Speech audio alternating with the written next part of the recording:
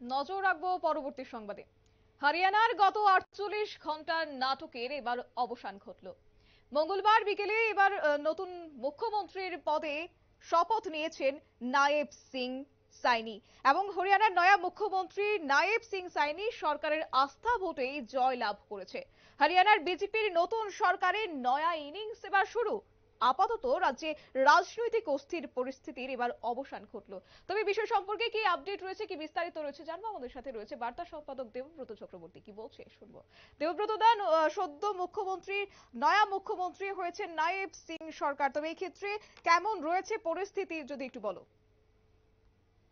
আসলে মূল বিষয়টা হচ্ছে এই জেজেপি এবং বিজেপির মধ্যে তো একটা বিরোধ তৈরি হয়েছিল। হ্যাঁ, তোমার লোকসভা আসনের সিট বন্টন নিয়ে একটা বিবাদ তৈরি হয়েছিল। উপরন্তু বিজেপির অভ্যন্তরেও কিন্তু মুখ্যমন্ত্রিত্ব পদ নিয়ে একটা অশান্তির বাতাবরণ সৃষ্টি হয়েছিল এবং এই ক্ষেত্রে কিন্তু তোমার মনোহরলাল খট্টরকে একাংশ বিজেপি নেতৃত্ব মানতে পারছিলেন না, বিধায়করাও তার বিরোধিতায় নেমেছিলেন। আসলে এর পরবর্তীতে চূড়ান্ত রূপ নেয় জেজেপি যখন তারা দাবি করেন যে তাদের 3টি আসন দিতে হবে, কিন্তু বিজেপি এক্ষেত্রে কেন্দ্রীয় বিজেপির যে সর্বভারতীয় সভাপতি জেপি নাড্ডার সঙ্গে তোমার জেজেপির বৈঠক হয়, কিন্তু জেজেপি মানতে নারাজ। কিন্তু শেষ পর্যন্ত এই বিজেপি ও নাসির বান্দা এবং সে কারণে শেষ পর্যন্ত খট্টরকে পদত্যাগ করতে বলা হয়। মুখ্যমন্ত্রী পদ থেকে খট্টর তোমার মঙ্গলবার পদত্যাগ করেন এবং বিকেলেই কিন্তু নতুন মুখ্যমন্ত্রী হিসেবে তোমার দায়িত্ব গ্রহণ করেন নায়েব সিং সাইনি। এই বিজেপি নেতা নায়েব সিং সাইনি দায়িত্ব গ্রহণ করেন। সুতরাং দায়িত্ব এবং আরেকটা কথা হচ্ছে তোমার মনোহরলাল খট্টর পদত্যাগের পরই কিন্তু পুরো মন্ত্রিসভা পদত্যাগ করে দিয়েছিল। সুতরাং খুব সময় হাতে ছিল না, যার জন্য তড়িঘড়ি নায়েব সিং সাইনিকে মুখ্যমন্ত্রী হিসেবে শপথ নিতে বলা হয় এবং তিনি শপথ গ্রহণ করেন। শপথ বাক্য পাঠ করেন রাজ্যপাল। তবে এর মধ্যে স্বভাবতই তোমার মন্ত্রিত্ব যারা মন্ত্রিসভায় ছিলেন না তাদের শক্তি পরীক্ষার, আস্থা ভোটের মাধ্যমে শক্তি পরীক্ষার বিষয়টি চলে আসবে।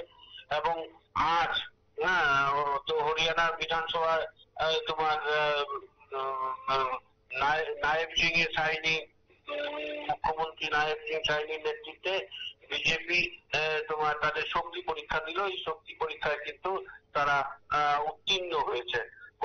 এতেই কিন্তু গত 48 ঘন্টার নাটকের অবসান হলো। এবং লোকসভা আসনের মধ্যে লোকসভা আসন নির্বাচনের আগে যে তোমার হরিয়ানায় যে অস্থির রাজনৈতিক পরিস্থিতি তৈরি হয়েছিল আপাতত তা মিটলো। তোমার আজকে সকাল 11টায় শুরু হয় বিধানসভার অধিবেশন। কিছু সময়ের মধ্যেই শুরু হয়ে যায় আস্থা ভোট প্রক্রিয়া। এই পরীক্ষায় কিন্তু পাস করে গেল নতুন সরকার। এদিকে শরিকের সঙ্গে কুন্দলের পাশাপাশি বিজেপির অন্তরেও যে মুখ্যমন্ত্রিত্ব নিয়ে একটা অশান্তি শুরু হয়েছিল সে ব্যাপারে কিন্তু রাজনৈতিক বিশেষজ্ঞ মহল একমত। রাজ্য বিজেপির প্রবীণ নেতা অনিল বেজন উপস্থিত থাকেন নতুন মন্ত্রীর শপথ গ্রহণ অনুষ্ঠানে। গুঞ্জন উঠেছিল আম্বালা ক্যান্টের বিধায়ক মুখ্যমন্ত্রী হতে চেয়েছিলেন, তার বদলে সাইনিকে মেনে নিতে পারছিলেন না প্রবীণ নেতা। এর জেরেই শুরু হয় মান অভিমানের খেলা।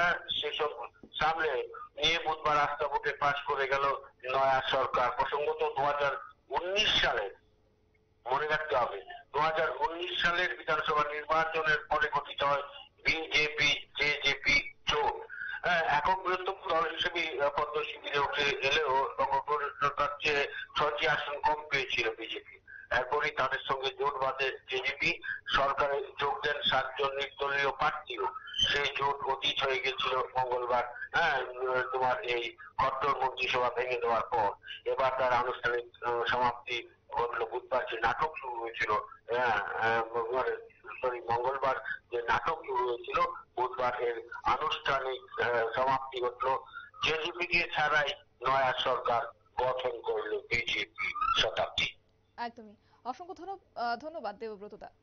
কথা বলছিলাম, আমাদের বার্তা সম্পাদক দেবব্রত আমাদের সাথে ছিল। যেহেতু লোকসভার আগ মুহূর্তেই লক্ষ্য করা গেছে যে হরিয়ানার মুখ্যমন্ত্রীর পদত্যাগ এবং সেই জায়গায় দাঁড়িয়ে মঙ্গলবারই শপথ নিয়েছেন নয়া মুখ্যমন্ত্রী নায়েব সিং এবং সরকারের আস্থা ভোটেই তার জয়লাভ। তবে হরিয়ানার বিজেপি এবার নতুন সরকারের নয়া ইনিংস শুরু হয়েছে। তবে কার্যত আপাতত রাজ্যে রাজনৈতিক অস্থির পরিস্থিতির অবসান ঘটল।